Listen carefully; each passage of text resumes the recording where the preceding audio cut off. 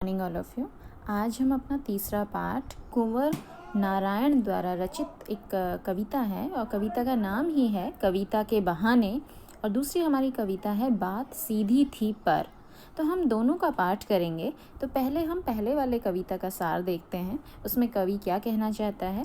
कविता शुरू करने से पहले हम कवि के बारे में जान लेते हैं कि कुंवर नारायण जी का जन्म कहाँ हुआ, उनकी रचनाएं क्या हैं, उनको कौन कौन से पुरस्कार मिले हैं।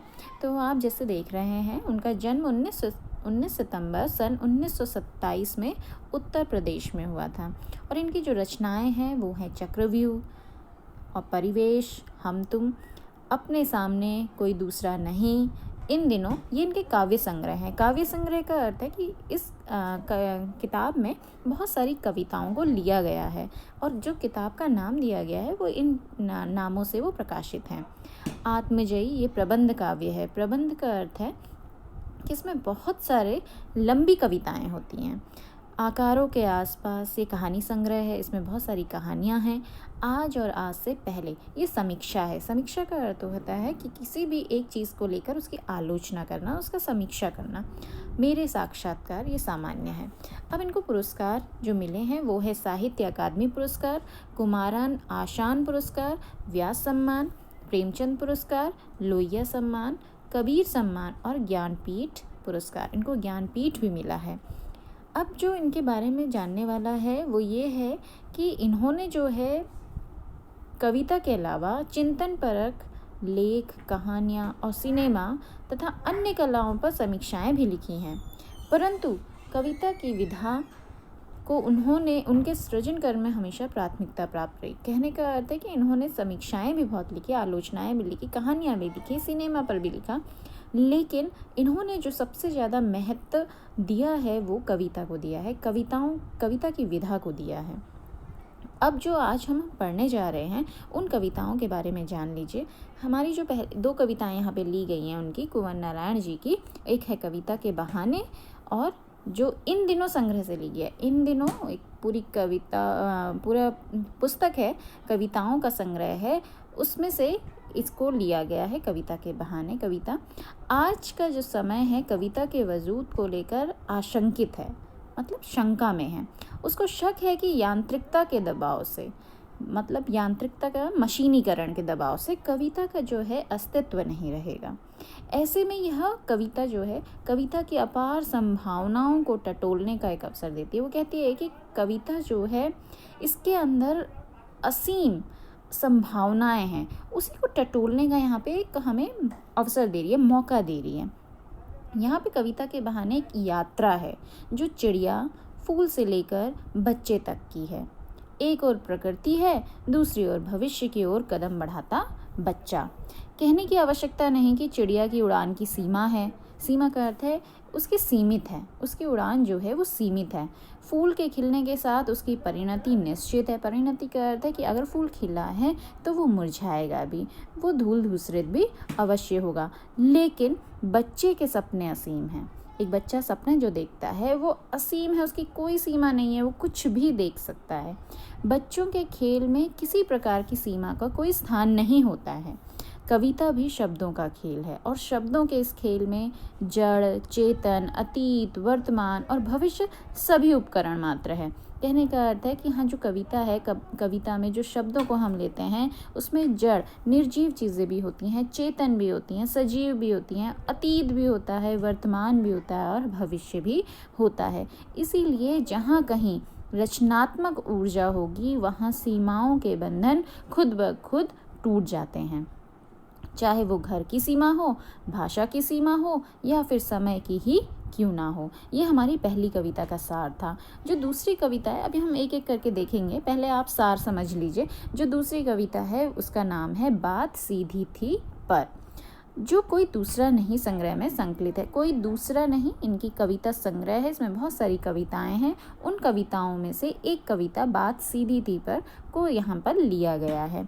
कविता में क्या है, कथ्य और माध्यम के द्वंद्व केरते हुए भाषा की सहजता की बात की गई। उन्होंने कहा है कि जब भी कोई कवि कविता रचता है तो वो सोचता है कि कौन से शब्दों का प्रयोग किया जाए जिससे कि हमारी भाषा या हमारा पाठक उसको थोड़ा सा आकर्षक प्रतीत हो। तो वो यहाँ पर वो कहने का अर्थ है, वो कहता है कि कवि को शब्दों को चुनने की बजाय भाषा की सहजता, ऐसे शब्द लेने चाहिए जिससे कि पाठक आसानी से समझ जाए। कठिन शब्दों की अपेक्षा उसको सरल शब्दों का प्रयोग करना चाहिए। हर बात के लिए कुछ खास शब्द जो होते हैं नियत होते हैं, ठीक वैसे ही जैसे हर पेंच के लिए एक निश्चित खांचा होता है। अब तक जिन शब्दों को हम एक दूसरे के पर्याय के रूप में जानते रहे हैं उन सबके भी अपने विशेष अर्थ होते हैं। हम जैसे मान लीजिए कहीं कमल बोल रहे हैं, कहीं पंकज बोल रहे हैं, तो कमल जहाँ पे आना चाहिए वहाँ पंकज का प्रयोग उचित नहीं माना जाएगा। तो वो कहता है कि हर एक के पर्याय तो होते हैं लेकिन हर जगह उनको कहीं पर भी फिट नहीं कर सकते। अच्छी बात या अच्छी कविता का बनना सही बात का सही शब्द से जुड़ना होता है। हम अच्छी कविता किसको कहते हैं कि जब हम शब्दों को अच्छे से चुनाव करें, उनका जुड़ाव करें, उनका वाक्य प्रयोजन करें और वो पाठक को भली भांति आसानी से ग्राह्य हो जाए। और जब ऐसा होता है तो किसी दबाव या अतिरिक्त मेहनत की ज़रूरत नहीं होती, वह सहूलियत के साथ हो जाता है। ये हमारी दूसरी कविता का सार है। तो अब हम एक एक पंक्ति देखते हैं। जो हमारी पहली कविता है वो है कविता के बहाने। ध्यान से सुनिएगा। कविता एक उड़ान है चिड़िया के बहाने, कविता की उड़ान भला चिड़िया क्या जाने। बाहर भीतर इस घर उस घर, कविता के पंख लगा उड़ने के माने, चिड़िया क्या जाने। यहाँ पे क्या है, कविता चिड़िया की उड़ान को लेकर नई नई कल्पनाएं प्रस्तुत करती है। वह स्वयं भी उड़ान भरती है, उसमें नए नए भाव, नए नए रंग, नए नए विचार आते हैं। कविता की उड़ान इतनी ऊंची होती है कि बेचारी चिड़िया उसका और छोर नहीं जान पाती। कविता का विस्तार चिड़िया की समझ से परे है। कविता न केवल घर के भीतर होने वाली गतिविधियों पर लिखी जाती है बल्कि बाहर के संसार को भी व्यक्त करती है। आपने देखा ना, वह कभी इस घर के बारे में लिखी जाती है तो कभी उस घर के बारे में। आशय क्या है? आशय कहने का अर्थ ये है कि कविता में घर घर की कहानी वर्णित होती है। कविता किस प्रकार कल्पना के पंख लगाकर सब जगह घुमाती है, यह उस बेचारी चिड़िया की समझ से परे है। आशय यह है कि प्रकृति ससीम है, मतलब इसकी कोई सीमा है, किंतु कविता का क्षेत्र अनंत है। देखिए, कविता एक उड़ान है चिड़िया के बहाने।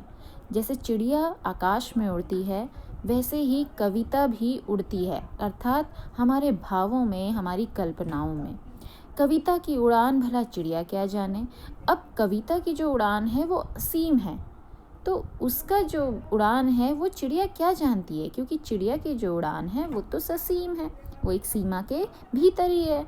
बाहर भीतर इस घर उस घर, कविता जो है वो बाहर भीतर मतलब इस घर के भीतर, इस घर के बाहर, इधर उधर कहीं पर भी प्रयोग या प्रयुक्त हो सकती है। इसी प्रकार चिड़िया भी कभी इस घर के ऊपर इस छत पर या कभी उस घर की छत पर, कभी बाहर भीतर जा सकती है। लेकिन कविता के पंख लगा उड़ने के माने चिड़िया क्या जाने। कविता के अगर पंख लगा दिए जाएं तो वो चिड़ियों से भी ऊपर ऐसे क्षेत्र में पहुंच सकती हैं जहां पर चिड़िया नहीं जा सकती। इसीलिए उसकी उड़ान चिड़िया आखिर भला क्या जानती है। अब हमारा जो दूसरा है, कविता एक खिलना है फूलों के बहाने, कविता का खिलना भला फूल क्या जाने। बाहर भीतर इस घर उस घर, बिना मुरझाए महकने के माने, फूल क्या जाने। अब यहाँ पे क्या है, कहता है कि देखिए, कवि कहता है कि कविता फूलों को खिलता देखकर खिलती है, पल्लवित होती है और पुष्पित होती है। उसमें नए नए रंग, भाव और सौंदर्य भर आते हैं, परंतु फूल बेचारा ससीम है। ससीम का मतलब उसकी एक सीमा है, आज वो खिला है तो कल एक दिन वो मुरझाएगा अवश्य। वह कविता को सुगंध और सौंदर्य से तो भर देता है, किंतु कविता के खिलने को नहीं समझ पाता। उसका बोध सीमित है। फूल तो बेचारा एक दिन गंध रहित हो भी जाता है, किंतु कविता किस प्रकार बिना मुरझाए महकती रहती है। वह घर के भीतर और बाहर हर घर द्वार पर अपनी भाव सुगंध बिखराती रहती है। इस बारे में बेचारा फूल कुछ नहीं जान पाता। वह तो बस सुगंध से भरना और फिर एक दिन झड़ जाना, इतना ही जानता है। देखिए यहाँ पे अब फूलों से उसके समानता बताई जा रही है। कहा जा रहा है कि कविता एक खिलना है फूलों के बहाने। जिस प्रकार फूल खिलते हैं उसी प्रकार कविता भी एक समय में अपने शब्दों में निरूपित होकर खिलती है। कविता का खिलना भला फूल क्या जाने, लेकिन फूल की एक सीमा है। फूल की क्या सीमा है? आज अगर वो खिला है तो कल वो एक दिन अवश्य गंध रहित होगा, मतलब वो धूल धूसरित हो जाएगा, वो मुरझा जाएगा, टूट जाएगा। कविता का खिलना, अब वो क्या जाने, फूल क्या जाने, क्योंकि कविता जो है वो कभी भी धूल धूसरित नहीं हो सकती। क्यों? क्योंकि अगर एक उसने अपना पूर्ण रूप ले लिया है तो वो आज है तो कल भी अवश्य रहेगी। किताबों के रूप में या किसी ने कंठस्थ किया है तो उस रूप में, या किसी के मस्तिष्क में वो बसा है तो उस रूप में आज है। अगर वो पूर्ण रूप में आ चुका है तो वो अवश्य फिर रहेगी ही रहेगी। बाहर भीतर, इस घर उस घर, बिना मुरझाए महकने के माने। और कविता जो है अगर वो एक बार हो गई तो बिना मुरझाए वो फिर मुरझाएगी नहीं, महकने के माने महकती रहेगी। एक स्थान से दूसरे स्थान पर जाएगी, एक इंसान से दूसरे इंसान तक पहुंचेगी। मतलब वो एक जगह पे सीमित नहीं रह सकती। लेकिन इस चीज़ को फूल क्या जाने, फूल इसकी चीज़ों को नहीं समझ सकता। अब इसका जो तीसरा पद्यांश, कविता एक खेल है बच्चों के बहाने। अब यहाँ पे देखिए वो फूल और चिड़िया दो से तो कहता है कि वो नहीं जानते हैं, लेकिन तीसरे इसमें देखिए क्या कहता है, कविता एक खेल है बच्चों के बहाने।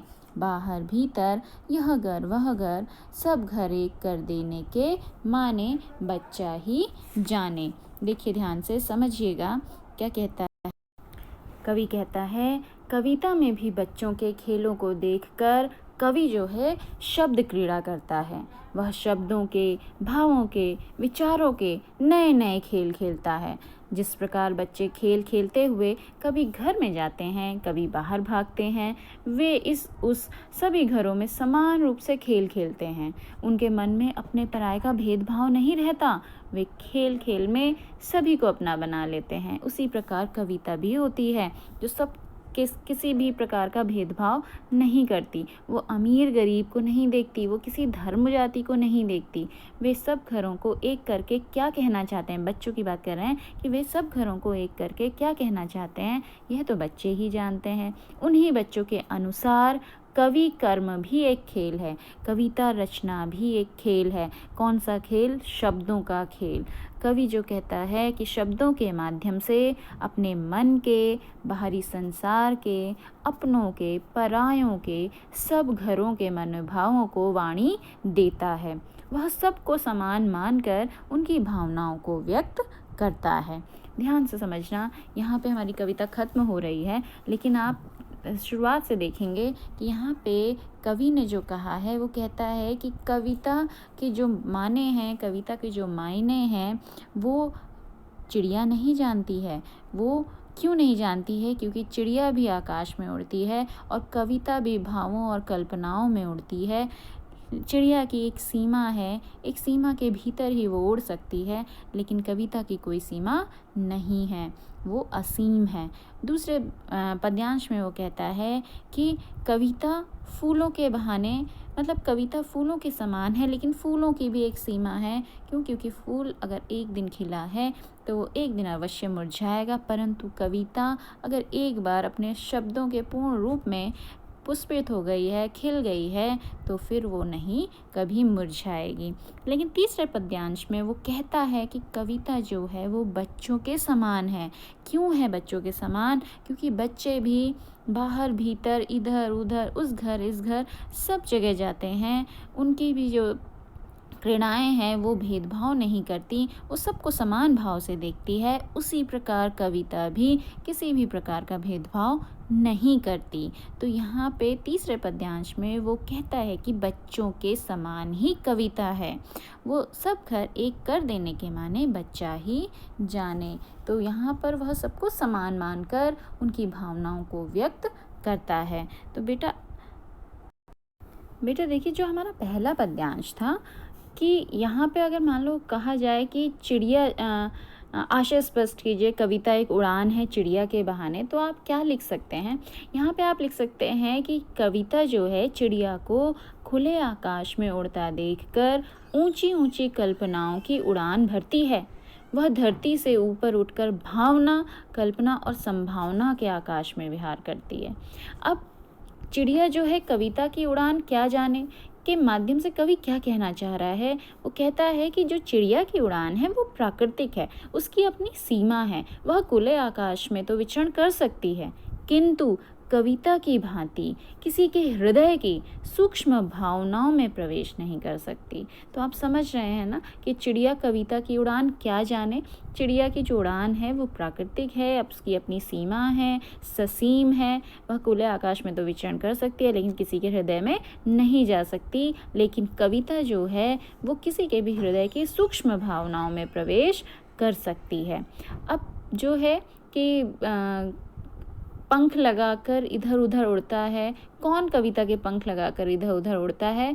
तो आप कह सकते हैं कि कवि कविता के पंख लगाकर कभी मानव मन के भीतर प्रवेश करता है, कभी समाज के घर घर में प्रवेश करता है। अगर आपसे पूछा जाए कि शिल्प सौंदर्य क्या है, तो आप इसमें कह सकते हैं कि चिड़िया क्या जाने। यहाँ पे देखिए हर एक पंक्ति में, हर एक पद्यांश में अंतिम लाइन जैसे चिड़िया क्या जाने, फूल क्या जाने, इस तरीके के आए हैं। तो आप ये लिख सकते हैं कि इसमें प्रश्न अलंकार है और इसमें मानवीकरण का पुट भी है। मानवीकरण हम कैसे कह सकते हैं? क्योंकि हमने मानव की क्रिया कराते हुए ऐसे प्रदर्शित किया है। चिड़िया से मानव की तरह ज्ञान की अपेक्षा की गई है।